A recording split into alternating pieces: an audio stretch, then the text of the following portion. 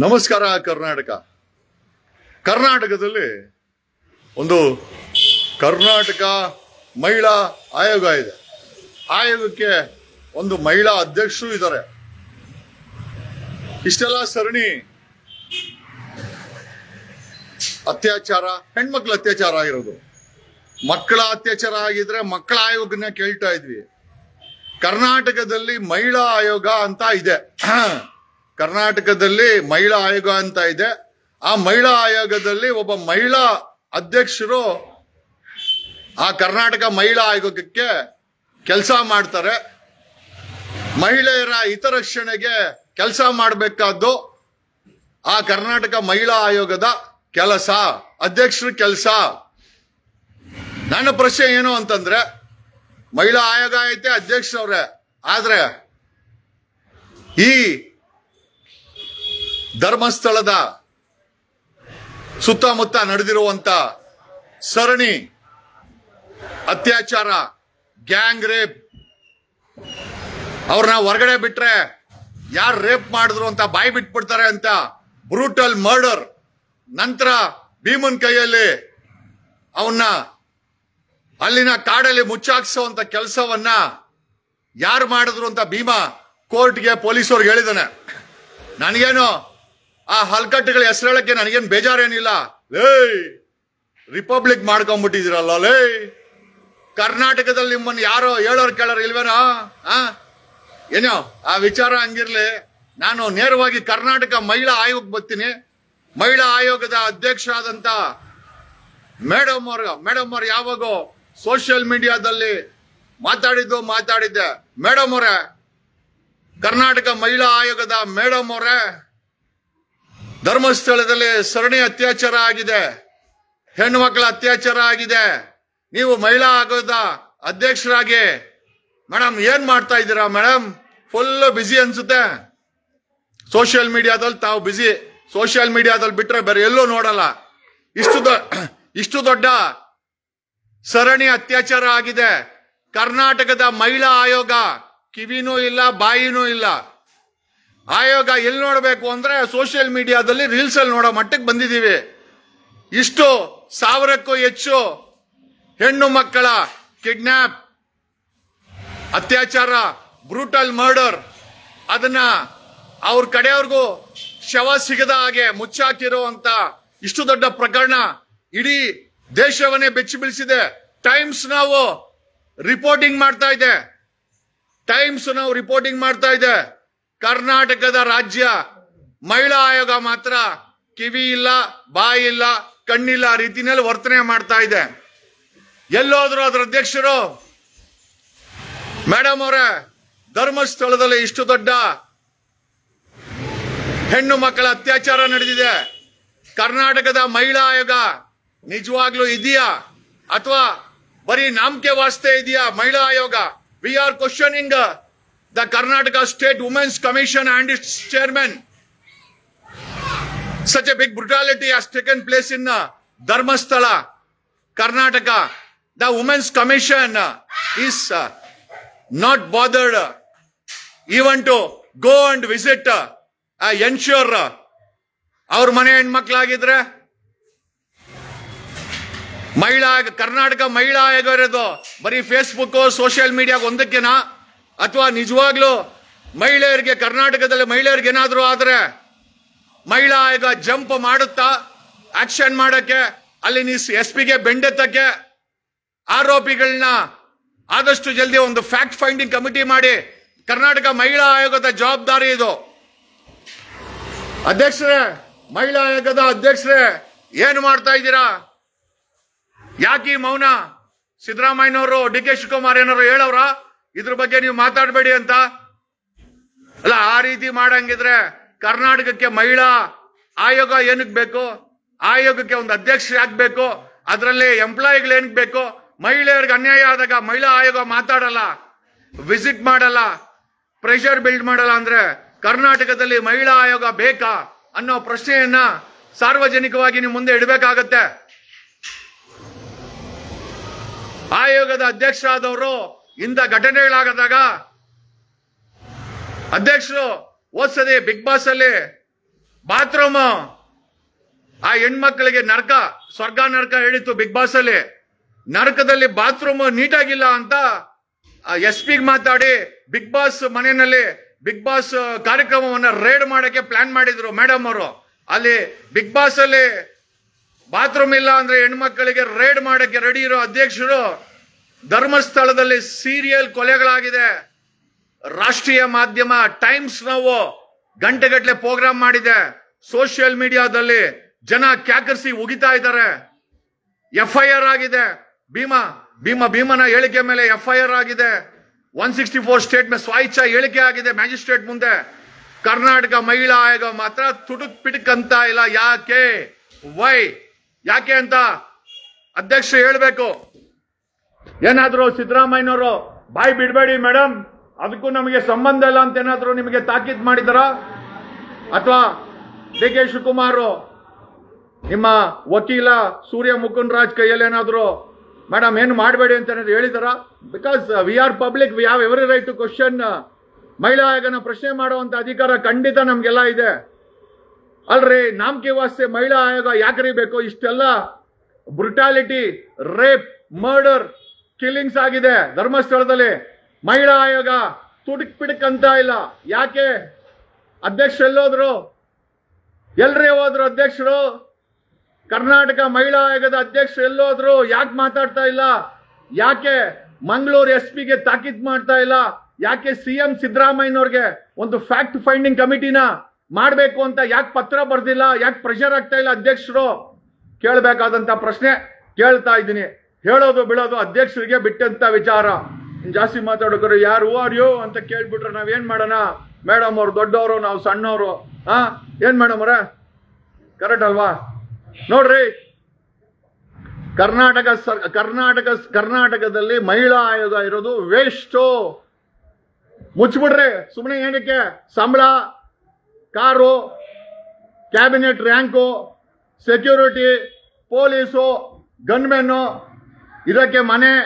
ಏನಕ್ಕೆ ಇಷ್ಟೆಲ್ಲ ಕೊಟ್ಟು ಧರ್ಮಸ್ಥಳದಲ್ಲಿ ಆಗಿರೋ ಆ ಸರಣಿ ಅತ್ಯಾಚಾರ, ತಲೆ ಬುಡಿಗಳು 1,000 ಅವಂತೆ. ಎಲ್ಲ ಹೆಣ್ಮಕ್ಳಿದೆ. Kidnap, rape, gang rape, brutal murder.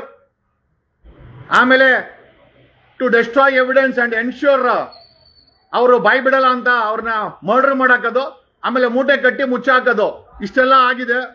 ರಾಷ್ಟ್ರೀಯ ಮಾಧ್ಯಮ ಇನ್ನೇನು ನಾಳೆ, if I am not wrong, BBC is covering the story. ಅಂತಾರಾಷ್ಟ್ರೀಯ ಮಟ್ಟದಲ್ಲಿ ಕರ್ನಾಟಕದ ಧರ್ಮಸ್ಥಳದಲ್ಲಿ ನಡೆದಿರುವಂತ ಸರಣಿ ಕೊಲೆಗಳನ್ನ ಅಂತಾರಾಷ್ಟ್ರೀಯ ಮಾಧ್ಯಮ ಕೂಡ ಕವರ್ ಮಾಡೋ ಮಟ್ಟಕ್ಕೆ ಇನ್ವೆಸ್ಟಿಗೇಷನ್ ನಡೀತಾ ಇದೆ. ನಮ್ಮ ರಾಜ್ಯದಲ್ಲಿ ಮುಖ್ಯಮಂತ್ರಿ ಮಾತಾಡ್ತಾ ಇಲ್ಲ, ಸರ್ಕಾರ ಮಾತಾಡ್ತಾ ಇಲ್ಲ, ಹೋಮ್ ಮಿನಿಸ್ಟರ್ ಮಾತಾಡ್ತಾ ಇಲ್ಲ, DGP IGP ಮಾತಾಡ್ತಾ ಇಲ್ಲ.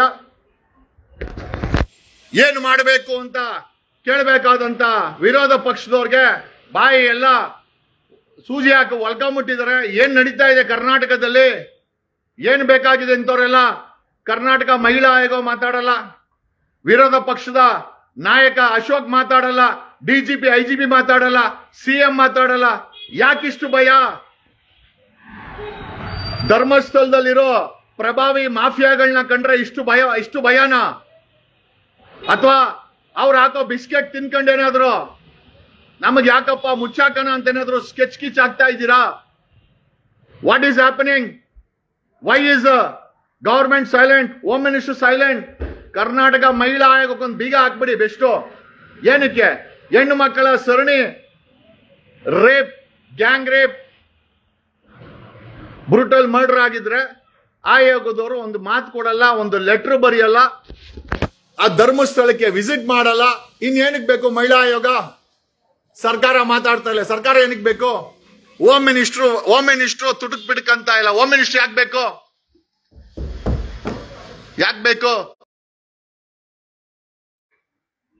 ಎಲ್ಲ ವಿಚಾರ ಹೇಳುತ್ತಾ ಒಂದಂತೂ ನಿಜ, ತುಂಬಾ ಈ ಅತ್ಯಾಚಾರ, ಗ್ಯಾಂಗ್ ರೇಪ್, ಬ್ರೂಟಲ್ ಮರ್ಡರ್ ಮಾಡದಂತ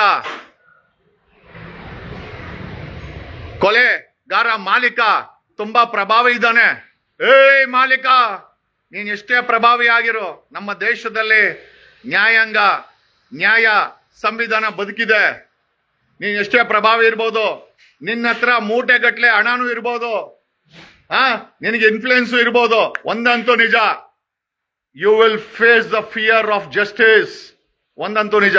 ನಾನು ಹೇಳ್ತಾ ಇದ್ದೀನಿ, ನಾನು ಹೇಳ್ದಲ್ಲ, ವರ್ಡ್ಸ್ ಆರ್ ವೆರಿ ಪವರ್ಫುಲ್.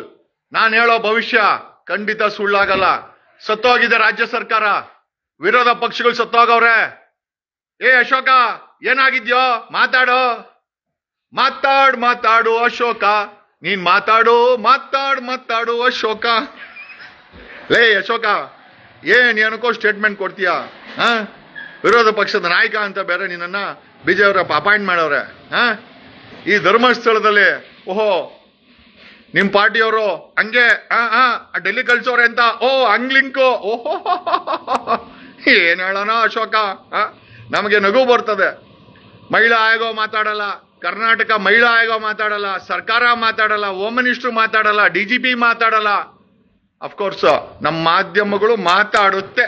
ಮಾತಾಡು ಮಲ್ಲಿಗೆ ಮಾತಾಡ್ತವೆ. ಪಾಪ ಮಾಧ್ಯಮಗಳು ಇನ್ ಸ್ವಲ್ಪ ಹೀಟ್ ಆಗ್ಲಿ, ಜಗಣ್ಣ ಫುಲ್ ಹೀಟ್ ಮಾಡಿ ರೋಸ್ಟ್ ಮಾಡಿ ಕೊಡ್ತಾನೆ ಅಂತ ವೇಟ್ ಮಾಡ್ತಾವ್ರೆ. ಮಾಡೋಣ, ನಮ್ಗೆ ಏನಾಗಬೇಕಾಯ್ತ? ಕರ್ನಾಟಕದಲ್ಲಿ ಅನ್ಯಾಯ ಆದಾಗ ಮಾತಾಡ್ತೀವಿ. ಮಾತಾಡು ಮಲ್ಲಿಗೆ, ಮಲ್ಲಿಗೆ ಸೇವಂತಿಗೆ, ಮಾತಾಡು ಮಲ್ಲಿಗೆ. ಏಯ್, ಒಂದಂತೂ ನಿಜ, ನೀವು ಮಾಡಿರೋ ಪಾಪದ ಕೂಡ ತುಂಬಿದೆ. ಅದಕ್ಕೆ ಧರ್ಮಸ್ಥಳ ಮಂಜುನಾಥನೇ ಈ ಭೀಮನ್ನ ಕರ್ಕೊಂಬಂದು ಬೀದಿಗೆ ಬಿಟ್ಟು ಅವನ ಕೈಲಿ ಹೇಳಿಕೆ ಕೊಟ್ಟು ಕ್ಯಾಪಿಟಲ್ ಪನಿಷ್ಮೆಂಟ್, ನಿಮ್ಮ ನೇಣಿಗೆ ಹಗ್ಗ ತಯಾರಿದೆ, ನಿಮ್ಮನ್ನ ಮಾಡಿ ನಿಮ್ಗೆ ಕ್ಯಾಪಿಟಲ್ ಪನಿಷ್ಮೆಂಟ್ ನೇಣಾಕಂತ ದಿನ ದೂರ ಇಲ್ಲ. ಬರ್ದಿಟ್ಕೊಳ್ಳಿ. ನೀವು ಸರ್ಕಾರನ ಇನ್ಫ್ಲೂಯೆನ್ಸ್ ಮಾಡಿ ಏನ್ರ ಕೊಲೆ ಮಾಡ್ರೋ ಕೊಲೆಗಾರರ ನಾಚಿಕೆ ಆಗಲ್ಲ ನಿಮ್ಗೆ? ಮಾನವ ಮರಿದಿಲ್ವೇನ್ರೋ? ಕಂಡೋರ್ ಹೆಣ್ಮಕ್ಕಳನ್ನ ಎತ್ತಾಕೊಂಬಂದು ಸಾರಿ ಯಾಕೋ ಡಿಸ್ಕನೆಕ್ಟ್ ಆಗ್ಬಿಡ್ತು. ನಾನು ಅದೇ ಈ ಕೊಲೆ ಮತ್ತೆ ಅತ್ಯಾಚಾರ ಮಾಡ್ರೋ ಯಜಮಾನ್ರುಗಳಿಗೆ ಹೇಳ್ತಾ ಇದ್ದೆ. ಒಂದ್ ಸಮಯದಲ್ಲಿ ಬಳ್ಳಾರಿ ರಿಪಬ್ಲಿಕ್ ಮಾಡ್ಕೊಂಡಿದ್ರು, Belgaum republic, Mysuru republic, Bengaluru republic, Kolar republic, ಆ ರೀತಿ ಪ್ರಭಾವಿಗಳು ಮಾಡ್ಕೊಂಡಿದ್ರು. ಈಗ ಧರ್ಮಸ್ಥಳದಲ್ಲಿ ರಿಪಬ್ಲಿಕ್ ಆಗಿದೆ. ಈ ಸರಣಿ ಅತ್ಯಾಚಾರಗಳು ಸಾರ್ವಜನಿಕರ ಗಮನಕ್ಕೆ ಬಂದಿದೆ. ಕಂಪ್ಲೇಂಟ್ ಆಗಿದೆ, FIR ಆಗಿದೆ, 164 ಸ್ಟೇಟ್ಮೆಂಟ್ ಆಗಿದೆ. ಒಂದಂತೂ ನಿಜ,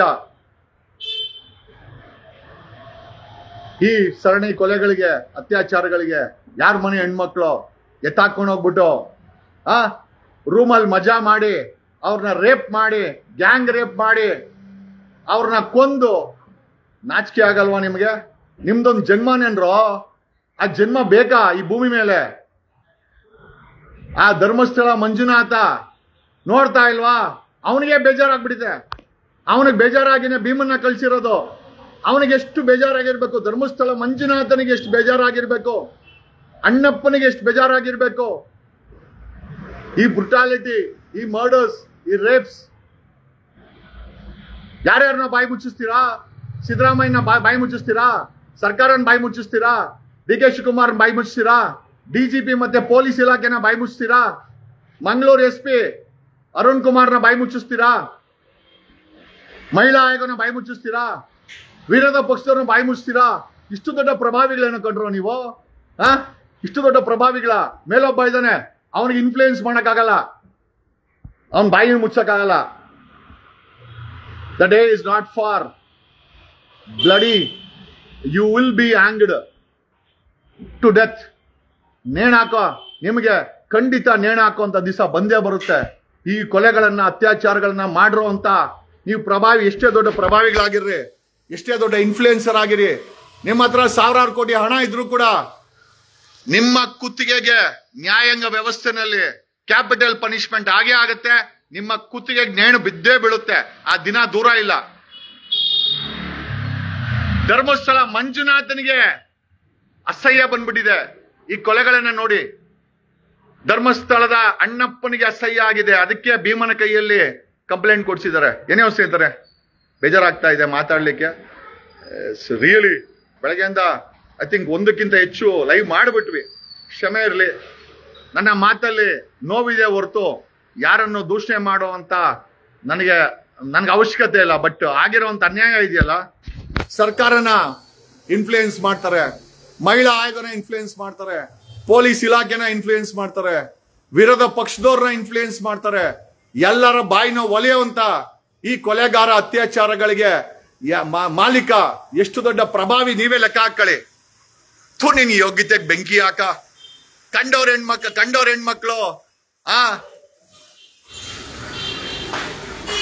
ಕಂಡೋರ್ ಹೆಣ್ಮಕ್ಳು ಪೂಜೆಗೆ ಬಂದ್ರೆ ಅವ್ರನ್ನ ಎತ್ತಾಕೊಂಡು ಹೋಗಿ ರೇಪ್ ಮಾಡಿ, ಬ್ರೂಟಲಿ ಮರ್ಡರ್ ಮಾಡಿ ಹೂತ ಹಚ್ಚೋ ಅಂತ ನಿಮ್ದೊಂದು ಜನ್ಮನ, ನಿಮ್ಮ ಜನ್ಮ ಅಂತ ಹೇಳ್ಬೇಕಾ?